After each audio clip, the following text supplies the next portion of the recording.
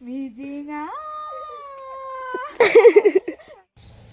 everyone, good morning and welcome back to my channel. नोंथांमोन बयखौबो आंनि चेनेलाव फिन खेबसे बरायनाय बावहरनाय थाबाय।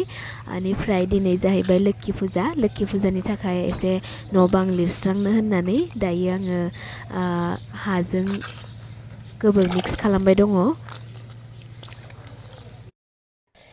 नैबे जाहैबाय जोंहानि माइ बाख्रि। बेनिफ्राय दायो आङो माइ बाख्रिखौ एसे साफा खालामनानै लिरग्रोनोसै आरो। दिनै लोक्षि फुजानि प्रग्राम मोनसेबो दङ, बेवहाय आब'खौ जाजेस लिंहरदों, थ' बेवहायबो थांनांगौ, बेनिखायनो खामानिफोरखौ एसे हाखु दाखु मावनो गोनां जादों आरो।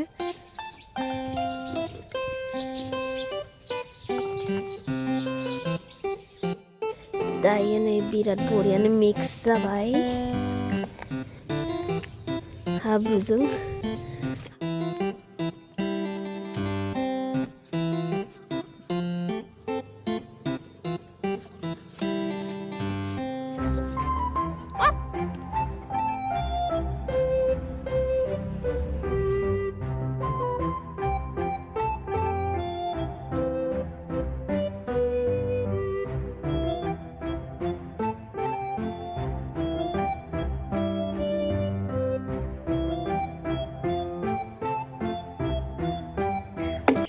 नैबे फिसा जोंहानि मैगं बारि, नै लाइ फोदों, बेयाव गायनाबो होदों, ओमफ्राय नैखिजा सबाय बिमा गोलाव सबाय बिमा नागिरदों नै। जाजागोनथ' ओइ देरनो होबाव एसे देरनो होबाव। मैगं नागिरदों नै, माबा गोरलै गोरलामफोरखौनो माबा खाजोबनो नागिरबाय। ओमफ्राय नोंहालाय मा खादो? आंहा बल खादोंमोन। नैबे बिनानाव माबा बिब' गिदिरथार, ओमफ्राय नैबे बिनानाव उन्दै। ओमफ्राय बै नैबेखिजा माबा हासार रोगागासिनो बिदामोना। सोमोन्दोआ उल्था पुल्था जायो एसे, बिदाबो जाहैफ्रामो, बोरैबाबो जाहैफ्रामो। नैबेयाव मा फोदोंथाय जोंहा सोङाखैनो आं।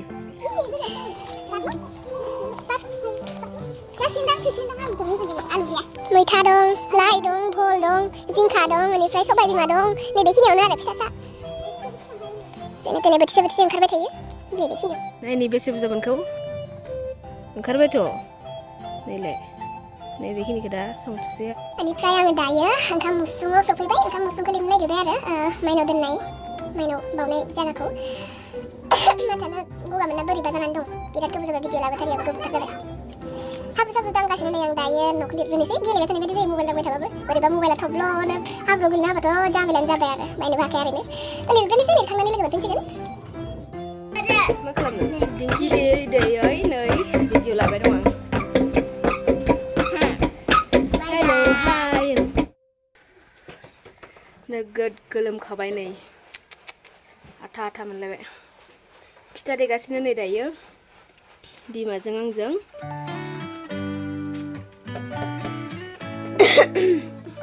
गाबोननि थाखाय गाबोन देवबार हाथाइ दङ जनायाव। देवबार हाथायाव लाङो आरो जोंहा आइया फिथा फाननो लाङो। ओमफ्राय देवालि दं होनदों। देवालि गैया। ओमफ्राय गाबोन देवबार नालाय दा हराव देयोमोन आरो फिथाखौ। बेनिफ्राय दिनै लोक्षि फुजाबो, ओमफ्राय प्रग्राम मोनसे दङ। मोनसे हारला बिसोरलाय प्रग्राम मोनसे दङ दा हराव, बेनिखायनो दानो देखाबाय, देना रेडि खालामना गालांसै आरो। दा आइया हारसिंबाथाय देनो हानाय नङा नालाय।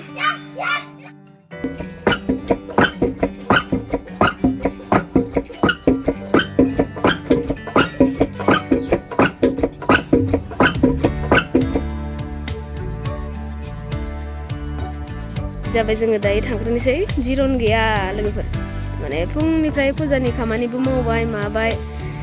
बेनिफ्राय नै सासेया दा मिउजिक स्कुलनिफ्राय फैबाय आरो आंखौ लांनो थाखाय। आंबो ओंखारखांबाय, हाखु दाखु फिथाबो देखांबाय। थ' थांग्रोनोसै, थांखांनानै देखायनोसै माबायदि बोरै मा प्रग्राम जायो।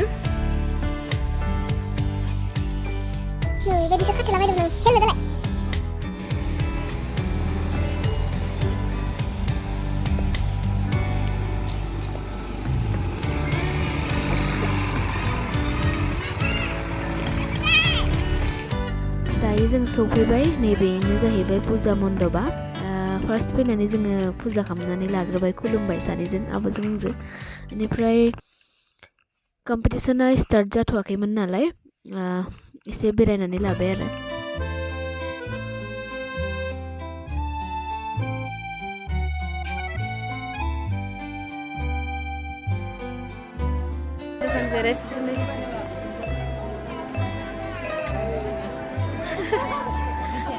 मिथाइ दखान गोजा नैबेखिजा ओमफ्राय स्टेजआ नैखिजा दं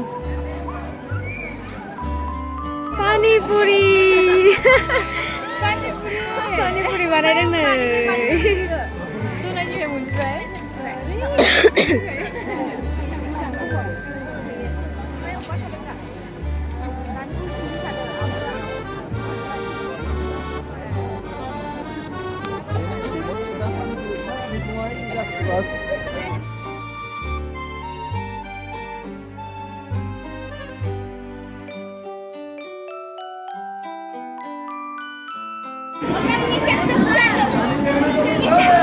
जिरायनायाबो नैबेयावसो जागोन ओमफ्राय नै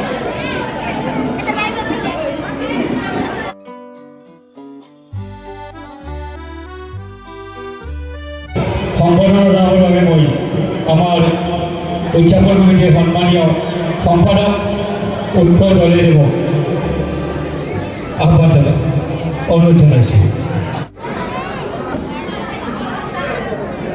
खुलुम खुलुमबाय बयखौबो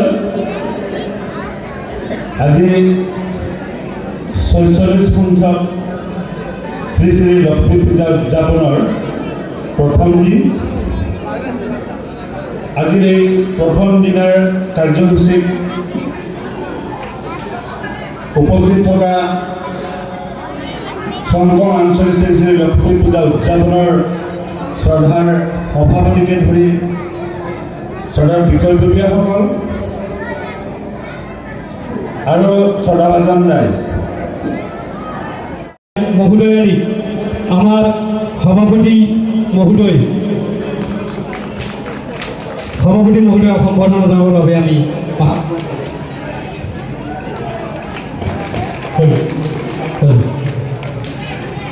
ইয়াৰ পাছত दायो नै आं बिसोरजोंनो जिरायफाबाय जाजेसफोरजोंनो बेनिफ्राय नै आंनो माबा पुजारिया फटाखौनो गोलाव फोनना हरनानै बोहैनानै गन्थंसिम सौहैबायमोन आरोना जिलापिबो जाबाय बेनिफ्राय नै गुदुं गुदुं जिलापि जायै जायै आं बिसोरजोंनो जिरायनानै नायबाय थाबाय आरो कम्पिटिशनखौ